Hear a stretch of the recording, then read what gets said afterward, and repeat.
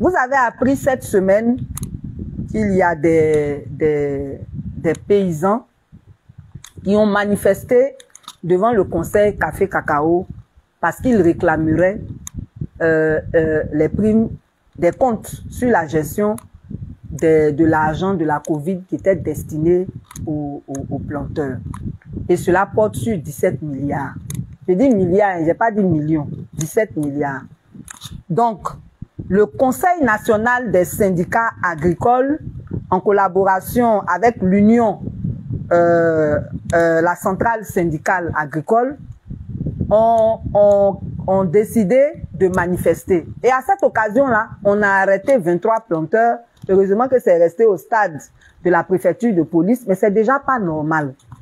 L'argent de la Covid, là, ça leur était destiné. Ils ont le droit de demander des comptes. Et quand vous voyez que les gens manifestent là, c'est pas des fous. C'est parce qu'ils ont écrit, ils ont fait des démarches, on ne leur a pas répondu, ils étaient obligés de manifester, c'est tout. La manifestation là, c'est le dernier recours. Mais ils ont le droit de demander des comptes au conseil Café Cacao. Et pour ça, on attrape des pères de famille, on les envoie à la préfecture de police. C'est pour ça que nous, on dit toujours qu'on est dans une dictature. Parce que ce n'est pas, c'est dans une démocratie, là, la liberté d'expression, là, c'est un droit. Notre constitution la consacre et on a le droit de nous exprimer. Donc, ce que je voudrais partager avec vous, c'est que ces paysans-là se sont organisés et ils ont l'intention de continuer à manifester. Et hier, j'ai reçu un texte que je vais vous lire pour être sûr de ne pas écorcher les informations. Et donc, ils ont décidé ils ont donné un ultimatum au pouvoir public sur la suite des choses. Donc, je vais vous lire ça. Donc, le Conseil national des syndicats agricoles de Côte d'Ivoire, CONASASI, en union avec la centrale syndicale agricole de Côte d'Ivoire, ont décidé de commun accord de revendiquer 4 points principaux. Je vais vous lire ces 4 points. Le premier point, c'est la révision du système de commercialisation intérieure et extérieure du café cacao. Parce que depuis cette campagne agricole, le café, le cacao et tous les autres produits agricoles sont sous-payés. On vous avait déjà parlé de la mévente des produits. La NACAD, qui a pour prix officiel 315 francs, est vendue même à 75 francs dans certaines zones comme à Agni-Blé-Cro. C'est la même chose pour les VA, c'est la même chose pour le café, c'est la même chose pour le cacao. Et quand vous avez la chance que ces acheteurs-là prennent votre produit, ils ne vous payent même pas immédiatement. Ils vous payent après. Après là même là, il y a des gens à qui on donne même pas la totalité de la somme due. Donc, les planteurs ont de réelles difficultés.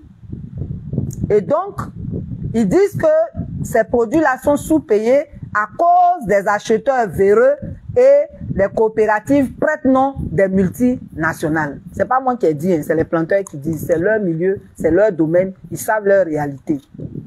Le deuxième point, c'est la suppression de tous les impôts pour les coopératives de cacao. Moi, je ne le savais pas, mais il paraît que les planteurs payent 40% de leurs revenus là. Ils donnent ça à la Côte d'Ivoire. Donc, quand vous voyez là, normalement même là, on ne devait même pas prendre de crédit pour aller, on n'avait pas besoin d'endetter même la Côte d'Ivoire pour construire tout ce qu'on construit là. Parce que quand on vient vous annoncer, par exemple, que le prix du cacao est à 600, ça veut dire qu'il y a 400 francs que les planteurs cèdent par kilo à l'État de Côte d'Ivoire. Et ça va dans le PIB. Et c'est malgré ça qu'on leur fait payer encore des taxes. Donc, voilà la deuxième revendication. Suppression de tous les impôts pour les coopératives café-cacao. Nous donnons déjà 40% de nos revenus sur le cacao et le café à l'État de Côte d'Ivoire. C'est déjà assez pour qu'on vienne imposer les coopératives. Nous voulons retourner au système de coopératives pour laisser tomber la nouvelle loi OHADA qui nous a érigés en société coopérative. On les a érigés en société coopérative pour leur faire payer des impôts, alors que déjà sur le café et le cacao, ils donnent 40% de ce qui devait leur revenir.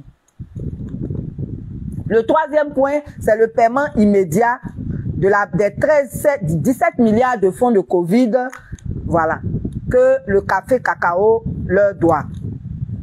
Le Conseil Café Cacao, le paiement de ces 17 milliards. Le dernier point, il demande le départ immédiat du DG du Conseil Café Cacao. Et cela jusqu'au vendredi 19 mai 2023, délai de rigueur, donc vendredi prochain. C'est-à-dire que les 4 revendications là, si c'est pas satisfait, d'ici le 19 mai 2023, ils vont entrer en grève.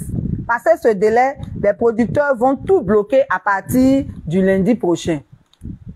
Voilà, c'est le communiqué que j'ai reçu, signé du président Tia, président du Conseil national des syndicats agricoles de Côte d'Ivoire. Je voulais donc porter cette information à votre attention et encourager les pouvoirs publics à trouver une solution à ce problème. Je vous disais tout à l'heure que les agents, les contractuels du ministère de la Santé disent que de juin 2020 à décembre 2020, ils n'ont pas reçu leur prime de Covid. Covid là même là, en 2020, on a beaucoup décrié la gestion du Covid, des fonds de Covid.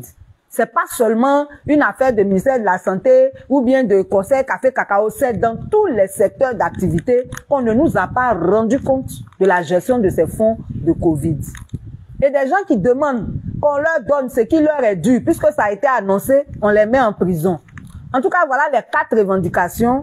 J'aurai une séance de travail avec eux, mais moi j'encourage les pouvoirs publics à satisfaire, à négocier avec ces 2 structures que sont le Conseil national des syndicats agricoles et la centrale syndicale agricole pour trouver une solution afin que on ne tombe pas dans des violences encore. Voilà. Donc ça, c'était pour le point des paysans. Vraiment, il y a quoi à vous. En tout cas, vous avez tout notre soutien. On va suivre de près cette affaire et on verra comment ça va se terminer.